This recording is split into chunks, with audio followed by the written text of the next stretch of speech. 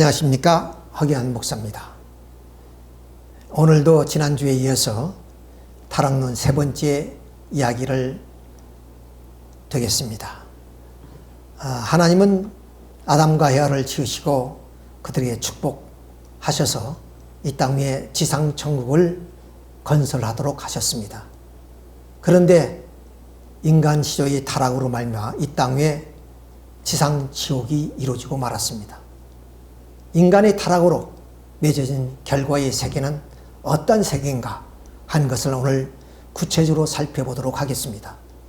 먼저 하나님이 창조한 창조 이상의 세계는 아담과 에바가 하나님의 축복대로 선한 부모가 되어서 선한 자녀를 낳음으로 인해서 이 땅 위에 가정, 사회, 국가, 세계는 모두가 다 하나님의 지상천국을 이루는 그러한 세계가 되는 것입니다.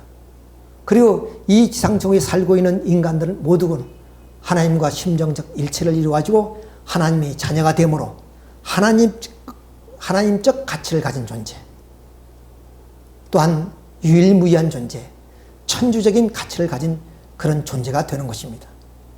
그런데 인간의 타락으로 말미암아 결국 인간은 이런 모든 가치를 상실해버리고 말았습니다. 그리고 인간은 이 타락으로 인한 거짓 혈통을 갖게 됨으로 인해서 결국 조상의 혈통이 바꿔짐으로 하면서 부모가 선한 부모에서 악한 부모가 되고 말았습니다.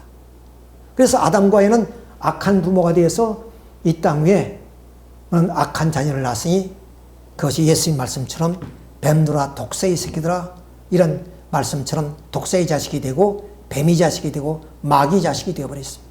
그리고 이 나라를, 이 세계를 다스리는 존재는 공중권세를 가진 이런 마귀 사탄이가 임금이 되고 신이 되어서 지배하고 있다 하는 사실입니다.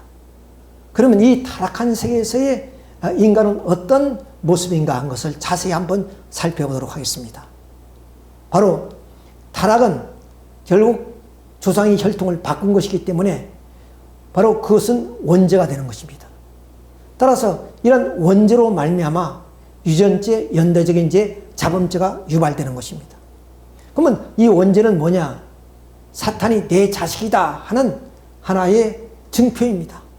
즉 혈통죄이기 때문에 뭐는 사탄 마귀 자식이 되어버렸다 그 말입니다. 둘째로서 인간은 타락으로 무지에 빠졌습니다. 그래서 하나님도 모르고 그리고 인생의 궁극적인 목적도 알지 못한 채 또 죽어서 가는 사후의 세계도 알지 못한 채 이렇게 인간은 영적인 육적인 무지에 빠지게 되고 또한 우리 인간은 이 종에 의해서 타락했기 때문에 종의 종이 되어버려 왔습니다. 마귀 자식이 되어버렸다는 거예요. 따라서 우리 인간 창조의 본성에 의해서 그런 선한 삶을 영위해 나가지 못한 채 타락성 본성이 유발되는 그런 혈기, 질투, 교만의 삶을 살기 때문에 항상 우리 사회는 분쟁과 그리고 상충의 그런 삶을 살아갈 수밖에 없다. 이런 세계상을 우리는 지상지옥이고 죽어서 가는 세계도 천상지옥이다. 뿐만 아니라 우리 사회는 하나님이 창조한 그런 세계이기 때문에 절대 가치를 중심으로 하는 하나의 우리의 삶이 영위되어야만 됩니다. 그런데 이 타락한 세계에서는 하나님이 주관하는 세계가 사탄이가 주관하는 그런 세계이기 때문에 사탄이가 종행으로 그러면 활동하는 세계, 그 사탄의 활동 속에서 우리 인간이 그러면 살아가고 있다 하는 것입니다. 또 우리 인간은 말씀드렸던 절대 가치의 그런 존재로서 우리가 행동하고 삶으로서 그 가치를 누려야 되는데 결국 우리 인간은 타락으로 말미암아 그 절대 가치를 상실함으로 인해서 시대와 장소와 때에 따라서 선과 악이 교차될 수밖에 없다 하는 얘기입니다. 또 말씀드린 것처럼 우리 인간은 타락으로 말미암아 공중권세를 가진 그런 사탄이가 악의 역사를 통해서 우리 인간의 심령을 지배하고 있다. 또 우리 인간은 항상 본심의 자유에 의해서 바르고 선하게 살려고 할 때마다 항상 죄를 범하는 존재가 됐다. 그리고 우리 인간은 말씀드린 것처럼 그런 본성의 마음으로서 살아야 되는데 타락성 본성의 유발로 인해서 교만한, 그리고 또한 시기 질투하는 마음, 또는 좀 혈기를 부리는 마음, 이로 인해서 결국 이 사회의 상충을 자아내는 그러한 존재가 되어버렸고 말았다 하는 결과입니다. 이런 내용들을 이제 이 시간 통해서 자세하게 한번 살펴보도록 하겠습니다. 먼저 인간 세계에 대한 사탄의 활동입니다. 자, 사탄이도 독자적으로는 활동할 수 없습니다. 반드시 대상이 있어야만 사탄이 활동할 수 있기 때문에 사탄이 상대 기준을 조성하기 위해서 반드시 어떤 대상과의 수수작용을 해야 되고, 그래야만 사탄적인 활동을 할 수 있습니다. 그래서 사탄은 욥을 항상 하나님께 참소했던 이유가 여기에 있습니다. 그럼 사탄의 그런 대상이 누구냐? 그것이 마귀 사자라 하는 정체불명의 그런 영들입니다. 이런 악령인들이 사탄이 대상이 되고, 그 악령인은 지상에 있는 그런 인간들의 영인과 상대관계를 맺어서 지상 생활 속에서 그런 악을 범하게끔 함으로 말미암아 사탄이 상대를 만들어가는 것입니다. 그렇기 때문에 누가복음 22장 3절을 보면 가룟 유다에게 사탄이가 들어왔다 한 얘기는 뭐냐? 바로 가룟 유다가 본심으로 예수님을 판 것이 아니라 가룟 유다 속에 사탄이가 들어와서 예수를 팔게 했다는 그 얘기입니다. 그리고 마태복음 16장 23절을 보면 베드로에게 사탄아 물러가라고 예수님 말씀하십니다. 그것은 예수님이 육신을 쓰고 구원 섭리를 완성할 수 없기 때문에 이제 십자가를 통해서 영적인 구원만이라도 이룩하기 위해서 십자가의 길을, 영적인 구원의 길을 막았기 때문에 예수님은 사탄이라고 한 이유는 뭐냐? 베드로 속에 사탄이가 들어가서 그 길마저 막기 때문에 바로 베드로의 행동이 베드로의 본심의 행동이 아니라 사탄이가 작용한 그런 행동이라는 얘기가 되겠습니다. 이렇게 사탄은 시간과 공간을 초래해서 인간의 심령을 지배하고 인간을 악의 방향으로 이끌어가는 그런 사탄의 활동을 하고 있다 하는 사실입니다. 그러니까 오늘 이 타락한 인간 세계에서 그러면 하나님의 좀 소망했던 지상천국을 복귀하기 위해서는 어떻게 했냐? 제일 먼저 우리 인간의 사탄의 정체를 밝혀서 사탄과의 관계를 끊어야 됩니다. 그리고 그러면 하나님과의 관계를 회복하기 위해서 이 땅 위에 예수님이 오시는 것입니다. 따라서 예수님은 사탄의 정체를 밝혀서 사탄과의 관계를 끊게 하고 우리 타락한 인간을 하나님과 그런 관계를 회복시켜서 이 땅에 하나님과의 상대의 기준을 조성함으로 얼마 사탄이 활동을 할 수 없게 됐을 때 비로소 이 땅 위에 지상천국이 이루어지는 것입니다. 따라서 우리는 이 사탄을 무적행에 던져서 가둔다는 그런 얘기는 뭐냐? 사탄이 활동할 수 없는 그런 입장으로 사탄을 몰아넣는다는 뜻입니다. 그러니까 사탄의 정체를 밝혀서 사탄이 관계를 끊게 되면 사탄은 그 상대가 없기 때문에 자연적으로 활동할 수 없는 무적행에 던져지게 된다는 그런 뜻이 되겠습니다. 그리고 우리 인간은 그런 사탄의 정체를 알아서 사탄을 심판해야 됩니다. 그런데 그 사탄의 죄상과 정체를 밝혀내기 위해서는 밝혀내서 하나님께 참소를 하려면 어떻게 하냐?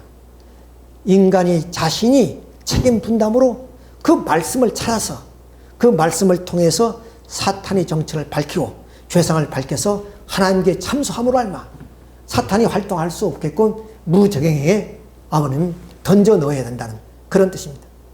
자, 그래서 이 타락한 세계에서도 우리 인간이 그럼 이 좀 진리를 통해서 우리가 이 사탄의 정체를 밝게 될 하나의 사명이 있다는 것을 우리는 여기서 알 수가 있습니다. 그리고 이 타락한 세계는 하나님이 우리 인간의 그 삶을 절대 가치를 기준으로 해서 삶을 영위할 수 있도록 하셨지만 타락으로 말미암아 바로 선과 악이 교차되는 그런 삶을 살게 되고 말았습니다. 따라서 목적성으로 본 선과 악에 대한 내용을 살펴보도록 하겠습니다. 자, 해와가 하나님의 말씀대로 선악과를 따먹지 못하고 선한 나무가 되어서 성과를 맺었더라면 바로 하나님을 중심한 사유기대가 이루어져서 창조 목적이 이루어졌을 것입니다. 그런데 이 해와는 하나님의 말씀을 어기고 타락함으로 말미암아 악한 나무가 되어가지고 악의 열매를 맺음으로 인해서 결국에 사탄을 중심한 그런 타락의 세계를 이루고 말았습니다. 이렇게 그 해와의 행동에 따라서 결국 선악으로 이렇게 나눠졌습니다. 그래서 이 타락한 세계에서의 선과 악이라는 그 개념은 뭐냐? 동일한 내용이 서로 상반된 목적으로 나타나는 결과라고 이렇게 말씀을 드릴 수가 있습니다. 따라서 우리 인간은 그 동기, 행동의 동기, 그리고 방향과 목적에 따라서 바로 선과 악이라는 결과가 맺어진다는 사실입니다. 예를 들면 우리 인간의 그런 행동이 바로 이렇게 사탄을 중심해서 우리가 생활하게 되면 그것은 불행이고 슬픔이고 고통으로 나타나지만 하나님을 중심해서 우리가 살게 되면 그것은 기쁨과 행복과 발전으로 나타나게 된다. 자, 예를 들어서 우리 인간의 성품 가운데 욕망과 사랑이라는 것을 우리가 생각해 보게 되면 욕망은 하나님이 창조 본성으로 주신 겁니다. 그 창조 본성으로 준 욕망이 있기 때문에 우리는 하나님의 사랑을 통해서 창조 목적을 이루자는 것이고 또 하나님의 사랑을 많이 받아서 기쁨을 돌리고자 하는 그런 욕망을 갖게 되는 것입니다. 그런데 이런 욕망이 결국 사탄을 중심으로 해서 해와가 악과를 따먹었기 때문에 사탄의 목적이 이루어졌으므로 이것은 악이 되는 것입니다. 그러나 그런 욕망이 하나님을 중심해서 선한 나무가 되어서 선과를 따먹었더라면 그러면 선의 목적을 이뤘기 때문에 그건 기쁨이 되는 거죠. 역시 사랑도 마찬가지입니다. 사탄을 중심으로 해는 그런 하나의 동기와 그런 방향과 목적이었느냐, 그리고 하나님을 중심한 동기였느냐에 따라서 그럼 결과는 선과 악으로 나타나는 것이다. 그러니까 행동 그 자체, 욕망 그 자체, 사랑 그 자체가 죄가 아니라 바로 그 동기와 그리고 방향과 목적에 따라서 선악이 분별되는 것이 타락한 세계에서 본 우리가 선과 악이라는 개념입니다. 자, 이렇게 복귀섭리란 것은 이런 타락한 세계, 이 지상 지옥을 하나님의 창조 본의의 세계로 그 방향성을 바꿔나가는 그런 복귀섭리이기 때문에 그 시대성에 따라서 선악의 기준도 각각 시대와 장소와 또 그 사상과 이념에 따라서 달라질 수밖에 없다는 사실을 말씀을 드릴 수밖에 없습니다. 따라서 그 이념 또는 종교나 사상에 따라서 또는 사회적인 어떤 통념에 따라서 선악의 기준은 각각 달라왔다는 것이에요. 자, 예를 들어서 어떤 특정한 사회의 어떤 그 사상이나 주권자에 의해서 그 이념을 따르게 되면 그것은 선이라고 여겨왔습니다. 그렇죠? 그리고 그에 반대되면 그건 악이라고 생각했습니다. 그러니까 이것이 절대적인 선악이 아니라 바로 이런 그 타락한 세계 속에서의 그런 동기와 방향과 목적에 따라서 이렇게 선악의 개념이 달라졌다고 말입니다. 그리고 종교나 사상도 뭐냐면 그 종교와 사상이 뭐냐면 지향하는 목적에 따르게 되면 그것은 선이 되는 것이요. 그러나 그에 반대되면 또한 악이 되는 것입니다. 또 우리가 사회에서도 어떤 그 전통이나 그 어떤 통념에 순응하게 되면 그것은 선이 되지만 반대되면 악이 됩니다. 그러니까 이러한 하나의 그 선악의 개념 속에서 그런 어떤 이념이 좀 달라지거나 또 주권자가 달라지게 되면 그런 선악의 기준도 달라지게 됩니다. 또 종교의 사상이나 종교도 개종되거나 사상이 전향되면 그 선악의 기준도 달라지는 것이죠. 더 나아가서 오늘 이 사회적인 하나의 통념도 달라지게 되면 선악의 기준도 달라진다. 그렇기 때문에 이제까지 이 타락한 세계에서의 선악의 기준이란 것은 절대적인 것이 아니라 상대적이었다. 때와 장소와 그런 이념에 따라서 선악의 기준은 항상 달라져 왔다. 그러므로 인해서 항상 이 타락한 세계에는 이러한 선악의 기준이 상대적이기 때문에 여기에서 혁명이 벌어지고 또한 전쟁이 벌어지는 이유가 여기에 있다. 그러니까 이 인간은 절대적인 나타의 가치를 추구하는 존재이기 때문에 이 땅에 절대적인 선의 기준이 세워지기 위해서는 바로 이 땅 위에 재림주님이 오셔서 천주적인 이념을 세워가지고 그 이념이 절대적이기 때문에 그런 세워지는 하나의 사상도 이념도 절대적일 수밖에 없다. 그런 세계가 어떠냐? 하나님이 다스리는 선주권의 세계다 하는 것을 우리가 여기서 알 수가 있습니다. 다음에는 이 사탄이가 공중권세를 가지고 오늘 이 타락한 세계에서 인간들을 뭐냐면 심령을 지배하고 있다. 그런 하나의 역사를 우리는 이제 선신의 역사와 악신의 역사로 나누어서 말씀을 드릴 수가 있습니다. 자, 선신이라면 하나님을 중심으로 한 선영인들 또는 선한 천사들을 가리키는 말고, 악신이라면 사탄을 중심으로 하는 악령인들을 일컬어서 우리는 악신이라 그럽니다. 근데 인간이 타락으로서 이런 중간 위치에 있기 때문에 선신의 역사도 이루어지고 그리고 악신의 역사도 함께 이루어지게 됩니다. 근데 이 선신의 역사 속에 악신의 선신의 역사를 우리가 어떻게 알 수가 있느냐? 그것은 시간이 경과함에 따라서 정의감과 그리고 또한 평화감이 중진이 되어집니다. 더 나아가서는 우리 인간의 육신도 건강에 유지되어집니다. 이럴 때 비로소 이것은 선신의 역사다 이렇게 알 수가 있습니다. 악신의 역사는 시간과 더불어서 공포심과 이기심이 중진되어질 뿐만 아니라 인간의 육신이 점점 나빠지게 된다. 이것을 보고 우리는 악신의 역사다 이렇게 봅니다. 그런데 이러한 하나의 선신의 역사 속에서도 결국에 악신이 겸하는 이유는 인간은 선신과 악신을 겸할 수 있는 중간 위치에 있기 때문에 그렇다 하는 것을 우리가 아실 수 있고, 또한 이런 선신의 역사와 악신의 역사는 어떤 결과를 통해서 우리가 알 수밖에 없는 이유가 무엇이냐? 우리 인간은 타락했기 때문에 무지에 빠져서 이걸 분별하기가 대단히 어렵습니다. 그리고 또 우리는 어떤 그 사회적인 통념이나 관념에 매여져 있기 때문에 항상 그 어떤 종교적인 어떤 권위에 의해서 지도자들에 의해서 이런 선신의 역사도 악신으로 그렇게 오도될 수도 있는 것입니다. 또한 악신의 역사가 선신으로 이제 좀 착각해서 그 좀 악의 역사를 통해서 결국에 인간이 좀 사망의 늪으로 빠지는 경우도 있습니다.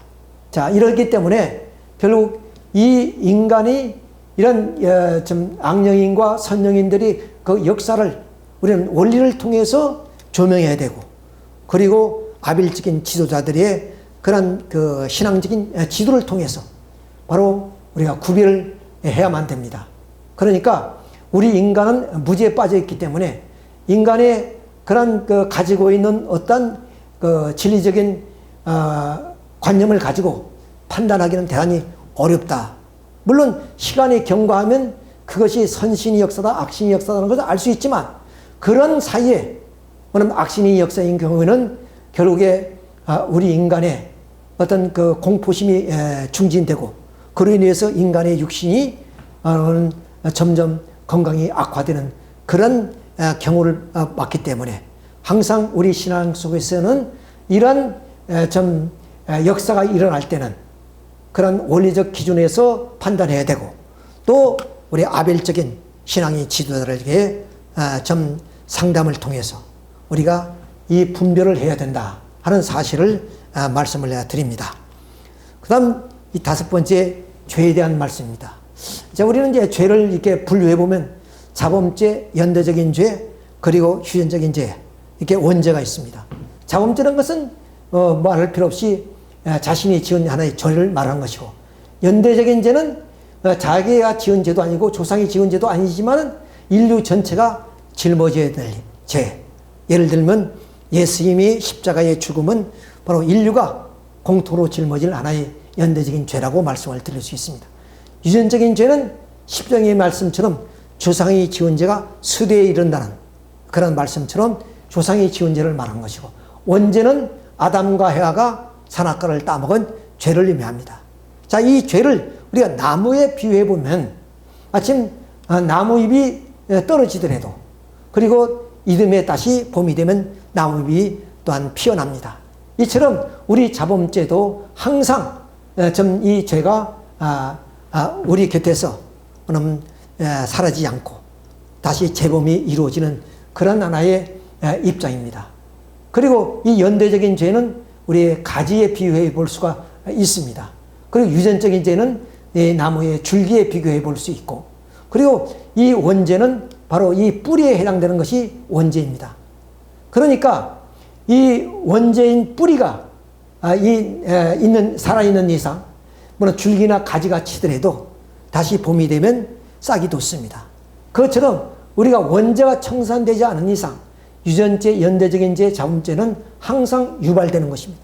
그래서 우리의 신앙의 근본 목적은 뭐냐? 원죄를 청산하는 것이 되는 것입니다. 이 원죄를 청산하지 않고선 우리는 죄에서 해방이 될 수가 없다는 얘기입니다. 자, 그러면 이 죄에서 해방되기 위해서는 죄의 뿌리를 우리가 좀 밝혀서 그 원죄를 찍어서 청산해 버려야만 되는 것입니다.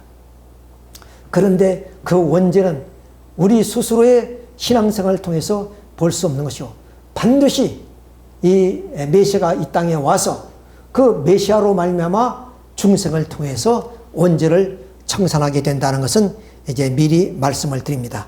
이렇게 죄의 분류와 함께 원죄의 청산에 대한 내용을 간단하게 말씀을 드렸습니다. 마지막으로 이 여섯 번째 타락성 본성이 유발되는 이유가 어디 있느냐 하는 것을 우리가 살펴본다면, 우리 천사는 하나님 앞에 순종하지 못하고 결국 하나님의 뜻을 저버리고 이런 해와의 그런 하나의 관계를 통해서 결국 이제 타락하고 말았습니다. 이렇게 천사가 해와를 상대할 때 우발적으로 일어났던 하나의 성품, 그것이 해와가 계승하게 되고, 또 해와가 천사의 입장에서 아담과의 그런 관계를 통해서 그 아담이 이러한 성품을 또한 계승하게 됨으로 알마 온 인류가 바로 이러한 성품을 계승하게 되었으니, 이렇게 우발적으로 일어났던 그 천사의 성품이 인간에게 계승되어 나타나는 하나의 그런 그 악의 성품을 우리는 타락성 본성이라고 얘기를 하게 됩니다. 자, 그러면 이런 타락성 본성이 유발된 이유가 어디에 있었느냐 하는 것을 알아요. 그것은 바로 우리 인간의 창조의 본성으로 지능과 욕망을 가지고 있기 때문에 우리 인간은 바로 이 사랑이 식별할 수가 있습니다. 이미 말씀드린 것처럼 천사가 그런 인간 세계의 그런까지도 그 천사 세계가 가졌던 사랑의 위치를 점유하기 위해서 결국에 해와를 유인하게 됐다고 그랬습니다. 이같이 천사 세계와 인간 세계의 사랑을 식별할 수 있었던 것이고, 그리고 이 천사는 보다 더 큰 사랑을 받기 위해서 이렇게 해와를 유인하게 되었다 하는 말씀을 이미 드렸습니다. 그러므로 인해서 결국 이 천사는 이 해와를 그러면 욕망에 의해서 유혹할 때 이렇게 질투심이 유발됐던 겁니다. 질투심이. 근데 우리는 흔히 이 질투심은 악이라고 생각하지만은 말씀드린 것처럼 창조 본성으로 말미암아 유발되는 것이다 그 말입니다. 마침 빛으로 인해서 그러면 그림자와 생기는 것처럼 하나의 부산물이라고 우리가 여길 수가 있습니다. 예를 들어서 빛이 없으면 그림자가 생길 수 없습니다. 그러나 빛이 있으면 반드시 뭐는 그림자가 생기는 것과 같이 이렇게 욕망에 의해서 불가피적으로 이러한 질투심이 생길 수가 있습니다. 그런데 그 욕망은 하나님의 창조의 본성입니다. 욕망이 있기 때문에 그럼 하나님의 사랑을 더 많이 받고자 한다는 것이고, 또 욕망이 있기 때문에 더 발전하고자 하는 것이고, 욕망이 있기 때문에 하나님의 뜻을 이루고자 하는 것이고. 자, 그런데 그런 욕망을 하면 할수록 질투심은 생기게 됐다 그러나 이런 질투심이 때문에 인간은 타락할 수가 없다는 것입니다. 왜? 이 질투심을 통해서 자기의 욕망을 채우려는 일시적인 만족감보다도 그로 인해서 크나큰 파멸이 온다는 것을 안다면 절대로 이 질투심을 통해서 우리 인간은 타락할 수 없다는 것입니다. 오히려 그것이 발전의 요소는 될 망정 그럼 인간이 타락할 수가 없다는 것입니다. 왜 그러냐면 창조 목적을 완성한 세계는 유기적인 사회입니다. 그러니까 마침 우리 인체의 하나와 같습니다.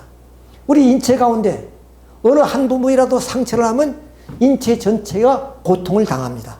예를 들어서 손가락에 상처를 받게 되면 그건 손가락만 아픈 것이 아니라 전체의 고통을 받는 것처럼 바로 이러한 부산물로 인해서 질투심으로 인해서 자기의 욕망을 채우려고 한다면 전체의 파멸을 초래하기 때문에 그 아픔을 생각한다면 절대로 그러한 부산물로 인해서 타락할 수는 없다는 얘기입니다. 그러니까 결국 욕망으로 인해서 우리 인간은 타락할 수 없다는 것이고 오히려 그 욕망으로 인해서 인간 발전을 이루게 하게 되는다 하는 그런 얘기가 되겠습니다. 자, 그래서 이렇게 그럼 그 우발적인 하나의 성품이 타락성을 유발하게 되는데 그 타락성 본성을 대비하면 다음과 같습니다. 첫째는 하나님과 같은 입장을 취하지 못한 타락성이 생겼습니다. 자, 하나님은 아담과 헤아를 지어놓으시고 그리고 천사에게 이 아담과 헤아를 양육을 맡겼습니다. 그러니까 하나님은 이 아담과 헤아를 당신의 뼈 중에 뼈, 살 중에 살이기 때문에 지극히 사랑하신 것처럼 이 천사도 하나님을 대신해서 아담과 헤아를 그렇게 사랑해야만 했습니다. 완성할 때까지. 그런데 이 천사는 시기 질투해서 헤와의 사랑을 질투해서 헤와를 타락시키고 말았습니다. 그래서 시기 질투하는 타락성이 생겼다 그 말입니다. 둘째는 이 천사는 자기 위치를 떠났습니다. 즉 종이라는 그 위치 속에서 그럼 아담과 헤아를 참 양육해야 될 텐데 그는 자기 위치를 떠난 그런 하나의 교만을 가지게 됐다. 그리고 세 번째는 이 천사는 아담과 헤와의 주관을 받아야 했는데 오히려 아담과 헤와를 주관하는 그런 혈기를 부리게 됐다. 넷째는 이 아담과 헤와는 바로 천사의 유혹을 받지 않고 아담은 헤와에게, 헤와는 천사에게 따먹지 말라는 하나님의 뜻을 지켜야만 했습니다. 그런데 오히려 천사장이 헤와를 따먹어도 좋다고 이렇게 유혹함으로 해서 헤와가 타락했고 헤와는 또 아담을 유혹해서 타락했음으로 말미암아 범죄 행위를 전가했다. 자, 그래서 이 타락성 본성은 시기, 질투, 교만, 혈기, 이런 책임 전가 이런 하나의 타락성 본성이 유발된다 하는 것을 알 수가 있는 것입니다. 자, 이렇게 해서 우리는 이 타락성 본성까지 이렇게 타락의 결과를 통해서 살펴보았습니다. 자, 그리고 우리 인간은 이렇게 개인은 물론이지만 오늘 우리 인간 세계뿐만 아니라 사회도 이러한 하나의 세계가 이루어졌기 때문에 뭐냐면 우리 인간의 가치는 이러한 가치를 가졌음에도 불구하고 타락으로 인해서 이 땅 위에 하나님은 기쁨의 대상이 아니라 한탄의 대상이 되어버렸다, 인간을. 그래서 하나님은 인간 지으심을 한탄하셨다 이런 기록이 있습니다. 그리고 또한 로마서에 보면 만물들이 탄식한다 했어요. 하나님의 양자라도 나오기를 기다리고 있다. 그리고 로마서에 바울은 내 마음으로는 하나님의 법을 내 몸은 죄의 법을 섬기노다. 오라 이 공고한 몸에서 누가 나를 건져내겠냐 하신 말씀처럼 인간도 탄식하고 있다. 그래서 인간의 타락의 결과는 하나님도 만물도 인간도 탄식하는 그러한 하나의 죄악이 세상에 되고, 그리고 사탄 마귀가 지배하는, 사탄이 신이 되고 임금이 된 그런 세상 천지가 되어버리고 말았다 하는 것입니다. 그러니까 이러한 사탄의 굴레 속에 살고 있는 모든 인간들은 어떠냐? 사탄이가 공중 권세를 가지고 우리의 마음을 지배하고 있기 때문에 인간은 끝없이 범죄를 저지르면서 살아가게 되는 것이다. 그래서 한번 범죄를 저지르면 그 사탄의 주관 속에서 재범, 산범이 이루어지게 된다. 그래서 9범 이상의 그런 죄인들이 얼마나 되느냐? 근래의 통계로서 16만 명이 된다. 그리고 2,400명이 살인, 강도, 강간의 흉악범들이다 그럽니다. 그리고 이들 중에서 바로 6%는 뼛속까지 그러면 그 범죄가 누적되어 있다는 말은 뭡니까? 그냥 사탄의 그 주관 속에서 헤어나지 못한 채 그 사탄의 그런 공중권세를 가지고 인간의 심령을 지배하면서 계속 범죄를 저지르게 하고 있는 그런 형기. 이것이 바로 단적으로 타락한 세계의 단면이라고 말씀을 드릴 수가 있습니다. 이것은 어느 특정한 사람의 하는 것이 아니라 우리 모두에 그러면 해당되는 그런 말씀이라는 것을 우리가 알아야 되겠습니다. 이제 끝으로 제6절 하나님이 인간 조상의 타락행위를 간섭지 않은 이유가 무엇인가 한 것을 우리가 알아보도록 하겠습니다. 왜? 하나님은 전지하고 전능하신 분이기 때문에 인간이 타락하는 것을 알았으며 또 그것을 만류할 수 있을 텐데 한마디 말씀도 하지 않은 채 인간의 타락행위를 그대로 방임해버린 그러한 하나의 좀 과정이라고 볼 수밖에 없습니다. 왜 하나님께서는 인간 타락행위를 간섭지 않은 이유가 무엇인가 하는 것을 오늘 신학을, 이 기독교 신학을 통해서는 오늘 이것이 해명되지 못하고 있습니다. 어떻게 보면 신학, 이 기독교 신학 가운데 가장 맹점이고 어려운 점이 바로 이 문제가 아닌가 생각이 되어집니다. 자, 이것을 우리는 이제 원리적으로 한번 규명해 보도록 하겠습니다. 첫째, 하나님은 원리적인 분이시라는 것을 우리가 항상 생각해야 됩니다. 그렇기 때문에 하나님은 그 원리에 준해서 창조 원리의 절대성과 완전 무결성을 위해서 하나님은 전지하시기 때문에 알고 있었고 또 전능하시기 때문에 그것을 만류할 수 있었지만 만류하지 못한 이유가 바로 이런 내용 때문에 그렇다 하는 말씀입니다. 그럼 이런 내용이 무엇이냐? 원래 하나님은 바로 우리 인간이 이런 성장기간을 거쳐서 완성하게 되면 하나님께서 창조주시기 때문에 우리 인간을 주관해서 뭐냐면 인간도 하나님의 창조성을 닮아서 만물을 주관하도록 하셨던 것입니다. 그런데 인간의 창조성을 담기 위해서는 반드시 인간 자신이 책임 분담을 완성해야 됩니다. 이런 책임 분담을 완성하는 이 기간을 우리는 간접 주관권, 원리결과 주관권이라고 합니다. 그러니까 이 간접 주관권에 하나님이 인간의 책임 분담을 다하기 위해서는 간섭할 수가 없습니다.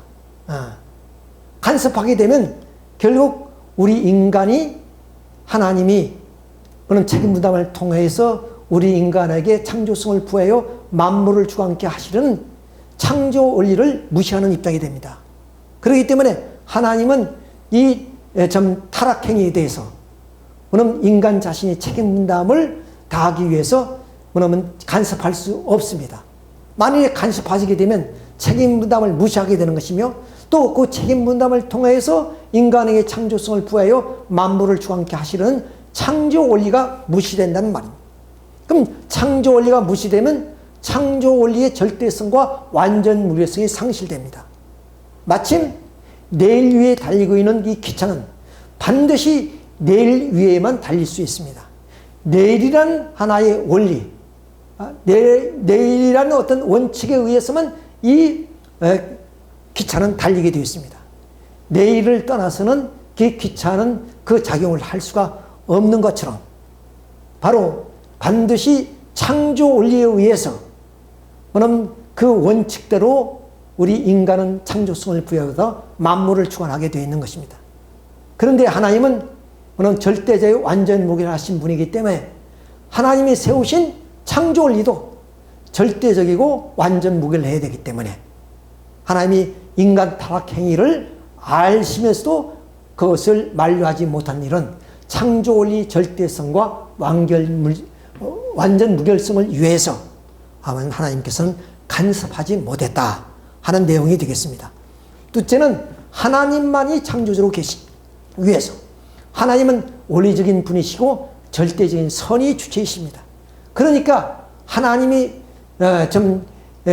주관하는 대상도 어떤 존재가 되느냐? 선한 존재가 되어야 되고 원리적인 존재가 되고 그런 행동을 하는 존재가 되어야 됩니다. 그런 존재만이 하나님이 간섭할 수 있고 또 하나님이 주관할 수가 있습니다. 자, 그렇기 때문에 하나님은 그 비료적인 존재나 행위를 간섭하실 수 없습니다. 따라서 아담과 헤아가 바로 이 책임 분담을 통해서 완성함으로써 선이 실체가 될 때 하나님은 인간을 직접 주관할 수 있게 되는 것입니다. 그런데 하나님이 간섭할 수 없는 그런 성장 기간에 바로 타락을 간섭한다면 타락을 간섭한다면 그것은 어떻게 되냐? 창조 가치가 부여돼서 원리적인 것으로 인정된다는 얘기입니다. 다시 말씀드리면 하나님은 비효율적인 존재나 행위를 간섭할 수 없는데 만일 간섭하게 되면 창조의 가치가 부여돼서 원리적인 것으로 인정된다는 사실입니다. 따라서 타락 행위를 간섭하게 되면 그 타락 행위도 원리적인 것으로 간주되어서 새로운 원리가 세워지게 됩니다. 타락 행위란 원리가 세워진다. 예를 들어서 요사이 우리 젊은 청소년들이 그 사회의 윤락행동 이런 것들이 점점 어떤 사회적인 그런 관념, 통념 때문에 우리는 범죄시 여기지 않고 그것이 범죄라고 생각하지 않은 경우들이 많이 있는 이유가 뭐냐? 그것이 하나의 통념이 되어버리면 그것이 하나의 원리가 되고 기준이 된단 말이에요. 이와 마찬가지로 이렇게 하나님이 이러한 간섭을 하게 되면 타락행위도 원리적인 것으로 인정이 됨으로 말미암아 이 타락행위는 누구 때문에? 사탄 때문에 세워진 하나의 원리이기 때문에 사탄이도 또 하나의 창조주가 된다 하는 얘기가 됩니다. 그러므로서 선악은 어느 근본적으로 이제 좀 대립하는 태초부터 그런 관계가 되어지고 하나님만이 창조주라는 그런 입장도 세울 수가 없습니다. 자, 이런 입장에서 하나님만이 창조라는 입장을 세우기 위해서는 이런 타락 행동을 아시면서도 간섭하지 못했다 하는 이유가 여기에 있습니다. 또 세 번째는 인간은 만물이 주관 위에 세우기 위해서 자, 만물은 스스로 원리에 힘에서 성장해서 거기에 인간의 그런 주관을 받도록 하나님은 이미 축복을 해 주었습니다. 따라서 인간이 이런 만물을 주관하기 위해서는 하나님으로부터의 창조성을 부여받았는데 그 창조성은 인간 자신이 책임 분담을 통해서 완성함으로 합니다. 하나님으로부터 창조성을 부여받아서 하나님이 인간을 주관하시 인간도 창조주 입장에서 만물을 주관해야만 되는 겁니다. 따라서 이런 창조성을 세우기 위해서 오늘 성장하는 이 창조 과정 속에서 인간의 책임 분담을 무시하고 하나님이 타락행위를 간섭하게 되면 결국 우리 인간은 어떠냐? 책임 분담을 완수하지 못함으로 말미암아 그럼 만물을 주관할 자격이 없는 그런 인간으로 하여금 그렇게 완성한 인간과 동일시하는 그런 입장에 서게 되는 겁니다. 그러므로 인해서 창조 원리가 무시되고 그러면서 원리에 창조하시고 원칙에 의해 섭리하시는 하나님은 바로 인간의 만물 주관 위에 세우기 위해서 인간 타락행위를 아시면서도 만류하지 못했다 하는 이유가 바로 이 세 가지 원리 때문에 그렇다 하는 것을 우리가 알 수가 있습니다.